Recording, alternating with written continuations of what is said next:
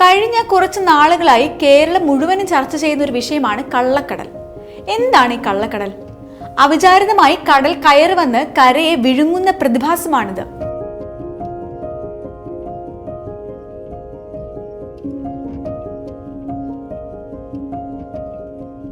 കള്ളനെ പോലെ പൊടുന്നനെ വരുന്ന കടൽ എന്നർത്ഥം വരുന്ന കള്ളക്കടൽ കടൽ തിരമാലകളിൽ പെട്ടെന്ന് ആഞ്ഞടിക്കുകയും തീരപ്രദേശത്ത് പെട്ടെന്നുള്ള വെള്ളപ്പൊക്കത്തിന് കാരണമാവുകയും ചെയ്യുന്നു. വ്യാജ തിരമാലകൾ എന്നർത്ഥമുള്ള മലയാള വാക്കിൽ നിന്ന് ഉരുത്തിരിഞ്ഞ കള്ളക്കടൽ അപ്രതീക്ഷിതമായ വേലിയേറ്റം മൂലമുണ്ടാകുന്ന പ്രതിഭാസമാണ്.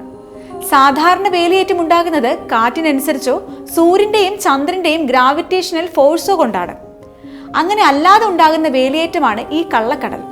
ഇത് ശക്തമായ വെള്ളപ്പൊക്കത്തിനും മുൻകൂർ മുന്നറിയിപ്പ് കൂടാതെ പെട്ടെന്നുയരുന്ന തിരമാലകൾക്കും കാരണമാകും. 2004 10,000-ലധികം പേരുടെ മരണത്തിനിടയാക്കിയ സുനാമിയെ തുടർന്നാണ് കള്ളക്കടൽ ശ്രദ്ധയിൽപ്പെട്ടത്. എന്നിരുന്നാലും കള്ളക്കടൽ ഒരു സുനാമിയാണെന്ന് പലപ്പോഴും തെറ്റിദ്ധരിക്കപ്പെടുന്നു. സുനാമിയുടെ സമയത്ത് കടൽ ഉള്ളിലേക്ക് വലിഞ്ഞ ശേഷം തീരത്തേക്ക് ആഞ്ഞടിക്കുകയാണ് ചെയ്യുന്നത്. ഇതുപോലെ തന്നെയാണ് കള്ളക്കടൽ സമയത്ത് സംഭവിക്കുന്നത്. ഇത് സമുദ്രത്തിനടിയിലോ സമീപത്തോ സംഭവിക്കുന്ന ഭൂകമ്പങ്ങളുമായി ബന്ധപ്പെട്ട വെള്ളത്തിനടിയിലുള്ള അസ്വസ്ഥതയാൽ സൃഷ്ടിക്കപ്പെടുന്ന ഒരു തിരമാലകളുടെ പരമ്പരയാണ്.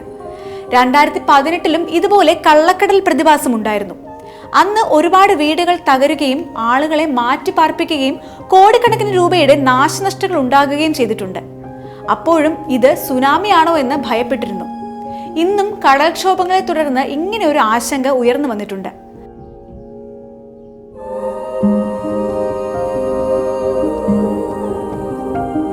എന്നാൽ ഭയം വേണ്ട എന്നാണ് ദുരന്ത നിവാരണ കേന്ദ്രം അറിയിച്ചിരിക്കുന്നത്.